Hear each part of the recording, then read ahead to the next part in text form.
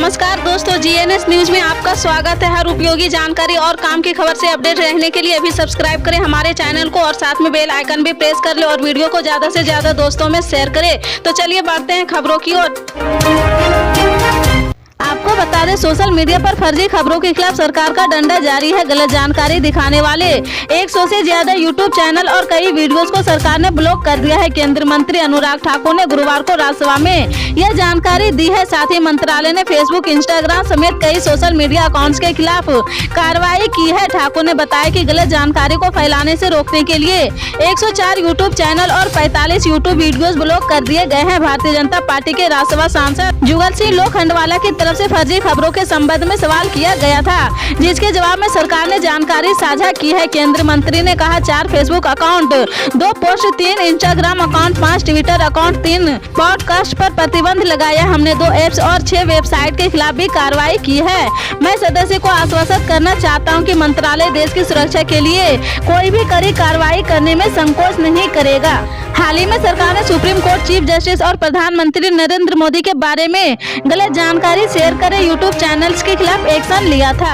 आपको बता दें, कांग्रेस पार्टी समेत पूरा विपक्षी चीन के साथ सीमा विवाद और तवांग में दोनों देशों के सैनिकों के बीच हुई झड़प पर राज्यसभा में चर्चा के लिए अड़ गई है। अरुणाचल प्रदेश के तवांग में भारत व चीन की सेना के बीच पिछले दिनों हुए टकराव व कांग्रेस की पूर्व अध्यक्ष सोनिया गांधी ने चिंता जताई है। पार्टी सांसद दल की बैठक के बाद उन्होंने कांग्रेस व अन्य विपक्षी दलों के नेताओं के सांसद परिषद में राष्ट्रपिता महात्मा गांधी की प्रतिमा के समक्ष प्रदर्शन किया है। विपक्ष के नेताओं ने सरकार से मांग की है कि चीन के साथ हुए टकराव पर संसद में चर्चा कराई जाए। सोनिया गांधी ने कहा कि सरकार चर्चा नहीं कराने के अड़ियल रुख पर कायम है, जबकि जनता व सदन सीमा की असली स्थिति जानना चाहते हैं। सोनिया गांधी ने सवाल किया कि सरकार चीन के आक्रमण का आर्थिक पाबंदियां लगाकर जवाब क्यों नहीं दे रही है।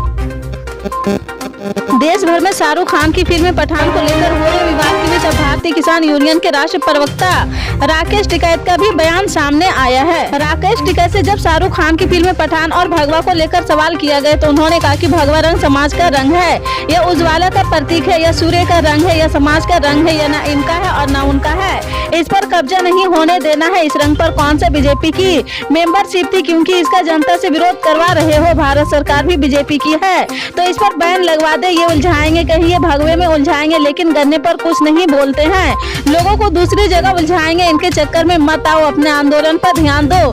बगैर आंदोलन के ये देश बचने वाला नहीं है। राकेश टिकैत ने कहा कि खतौली उपचुनाव में जो हुआ है ये ईमानदारी से हुआ है, लेकिन आगे ये बेईमानी करेंगे। जिनको चुनाव लड़ना है वो आगे चौकस रहे।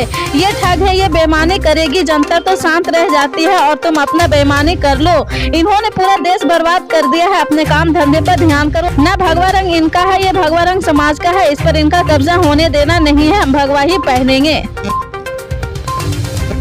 केंद्रीय स्वास्थ्य मंत्री मनसुख मंडाविया ने कोरोना की ताजा स्थिति को लेकर लोकसभा में अपना बयान जारी किया है। उन्होंने कहा कि जापान, चीन, दक्षिण कोरिया समेत कई देशों में कोरोना के केसों और मौतों में लगातार बढ़ोतरी देखी जा रही। स्वास्थ्य मंत्रालय कोरोना से खराब होती स्थिति को पहले से ही कदम उठाना शुरू कर चुकी है। तकनीकी सहायता के अलावा भारत सरकार ने NDRF, आयुष्मान योजना और अन्य सरकारी योजनाओं के जरिए कोरोना का सामना करने की तैयारी की है। कोरोना से निपटने के लिए भारत में अब तक कोरोना के 220 करोड़ से ज्यादा टीके लग चुके हैं। राज्यों को कोविड से सहायता के लिए मदद दी जा रही है। उन्होंने जिलों में सीक्वेंसिंग बढ़ाकर कॉन्ट्रैक्ट ट्रेसिंग की सलाह दी गई है। मशहूर गीतकार मनोज मुंतशिर कांग्रेस नेता राहुल गांधी पर विवादित टिप्पणी करने के बाद से सुर्खियों में हैं। कांग्रेस प्रवक्ता सुप्रिया श्रीनेत ने मुंतशिर पर निशाना साधते हुए कहा कि कभी मनोज मुंतशिर इंसान हुआ करते थे, लालच में सबसे पहले उन्होंने अपना ईमान बेच दिया है। गौरतलब है कि मनोज मुंतशिर के पुराने ट्वीट वायरल हो रहे हैं, जिनमें वो राहुल गांधी समेत कांग्रेस के नेताओं की तारीफ कर रहे थे। कांग्रेस प्रवक्ता सुप्रिया श्रीनेत ने मनोज मुंतशिर के एक ट्वीट को मेंशन करते हुए लिखा कि पहले मनोज बेहतर इंसान हुआ करते थे, लेकिन हाल के दिनों में वह अपना ईमान बेच चुके हैं। इससे पहले कांग्रेस प्रवक्ता ने ट्वीट करते हुए लिखा कि भाड़े के नाम और चोरी के गाने लिखने वाले मनोज मुंतशिर जिस मां को विदेशी कहकर अपमान कर रहे हैं, वो लोकतंत्र में 6 बार चुने संघीय असरवादी दाम्पत्य मां का ओहदा और हिंदुस्तान की संस्कृति नहीं समझ सकते हैं। अक्सर अपने बयानों को लेकर सुर्खियों में रहने वाले पीलीभीत से बीजेपी सांसद वरुण गांधी ने एक बार फिर लोगों से सोच समझकर वोट करने की अपील की है। उन्होंने कहा कि वो देश की राजनीति करते हैं जिससे देश के भविष्य को लेकर काम किए जा सके। उन्हें जात पात, हिंदू मुस्लिम और वोट बैंक की राजनीति पसंद नहीं है। दरअसल वरुण गांधी ने ये बात उस वक्त कही है जब वो अपने संसदीय क्षेत्र के परिधि से स्कूलों में निःशुल्क फर्नीचर का वितरण कर रहे हैं। उन्होंने कहा कि आप देश की स्वतंत्रता की लड़ाई में कुर्बानी देने वाले लोगों को याद करते हुए वोट करें और देश का भविष्य तय करें। वरुण गांधी ने कहा कि इस बार हमने सांसद निधि से एक नया काम किया है। हमने सारा पैसा शिक्षा के लिए देना शुरू कर दिया क्योंकि सांसद निधि, विधायक निधि से ये सब लोग अपने वोट बचाने और बढ़ाने के लिए इस्तेमाल करता है। कभी कार्यकर्ता के घर के बाहर लाइट लगा दी है, कभी एक आदमी के घर के बाहर से 40 मीटर खंडजा लगा दिया है। इससे जनता को फायदा नहीं होता है, उसे 2-4 चमचों का फायदा होता है। इसलिए मुझे लगा अगले चुनाव की जगह आने वाली पीढ़ी के बारे में सोचे। देश से हम जो भी फ्री में लेते हैं उसको सोचे हम सब लोग देश के लिए क्या लेते हैं। हम देश का अन्न खाते हैं, देश का पानी पीते हैं, कोई पेंशन लेता है, कोई आवास लेता है। इसलिए सोचना है हम देश को क्या देते हैं। कोरोना एक बार फिर लोगों को डराने लगा है। नए वेरिएंट के मिलने के बाद सरकार भी इसे लेकर अलर्ट हो गई है। इस मुद्दे पर सीएम नीतीश कुमार ने पीएम नरेंद्र मोदी पर कटाक्ष भी किया है। वहीं हम प्रमुख जीतन राम मांझी ने इसे लेकर बुधवार को पीएम नरेंद्र मोदी को सलाह दी है। उन्होंने कहा कि चीन से तमाम फ्लाइट्स पर रोक लगा दीजिए, ये राष्ट्रहित आपका कदम होगा। कोरोना को लेकर जीतन राम मांझी ने बुधवार को एक ट्वीट किया था। उन्होंने लिखा था कि चीन में कोविड के कहर को देखते हुए मैं केंद्र सरकार और माननीय प्रधानमंत्री मोदी से आग्रह करता हूँ कि अविलंब चीन से आने वाले तमाम फ्लाइट्स पर रोक लगा दे ताकि चीन की महामारी भारत में न फैल सके। यही राष्ट्रहित भी होगा। दुनिया के कुछ देशों में कोविड-19 के मामलों में वृद्धि के बीच गुजरात के स्वास्थ्य मंत्री ऋषिकेश पटेल ने बुधवार को अधिकारियों को दूसरे देशों से राज्य में आने वाले यात्रियों की अनिवार्य जांच करने का आदेश दिया।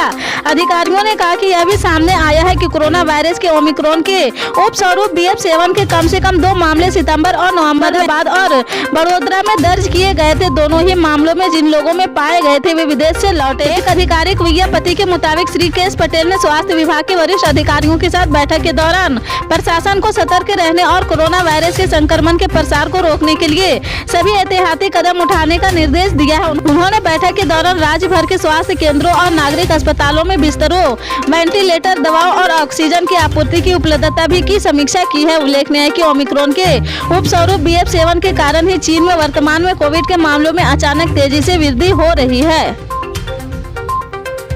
कोविड के बढ़ते संक्रमण के मद्देनजर केंद्रीय स्वास्थ्य मंत्री मनसुख मंडाविया की ओर से कांग्रेस नेता राहुल गांधी को भारत जोड़ो यात्रा रोकने संबंधी पत्र लिखे जाने के बीच यात्रा की प्रांतीय समन्वय समिति के अध्यक्ष सलमान खुर्शीद ने गुरुवार को कहा कि यात्रा नहीं रोकी जाएगी।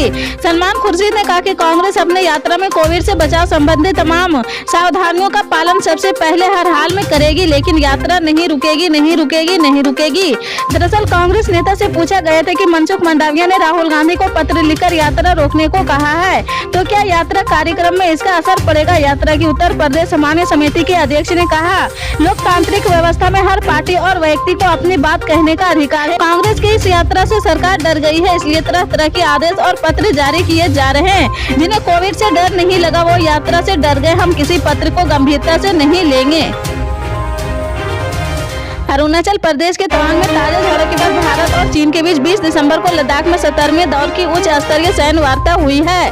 गुरुवार को जारी एक संयुक्त बयान में यह जानकारी दी गई है। इसमें कहा गया कि भारत और चीन के बीच स्पष्ट और गहन सैन्य वार्ता हुई है, साथ लंबित मुद्दों के समाधान पर ध्यान केंद्रित किया गया है। पूर्वी लद्दाख में विवाद पर सैन्य वार्ता 17वें दौर के बाद जारी संयुक्त बयान में कहा गया कि दोनों पक्ष जमीनी स्तर पर स्थिरता बनाए रखने पर सहमत हुए हैं।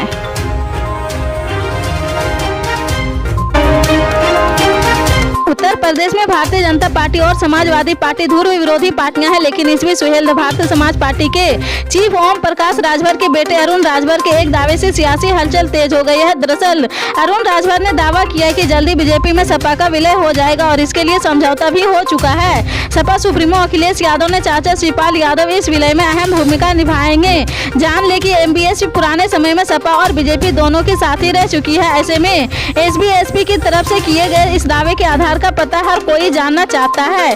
सुहेल देव भारतीय समाज पार्टी के राष्ट्रीय प्रवक्ता अरुण राजभर ने ट्वीट किया कि सपा का भाजपा में विलय शिवपाल चाचा के माध्यम से हो जाएगा। कुछ दिनों में समझौता अंदर हो चुका है। पल पल के अपडेट जानने के लिए जुड़े रहें आप अपने GNS न्यूज चैनल से। मिलते हैं अगली बड़ी खबर के साथ, तब तक के लिए जय हिंद।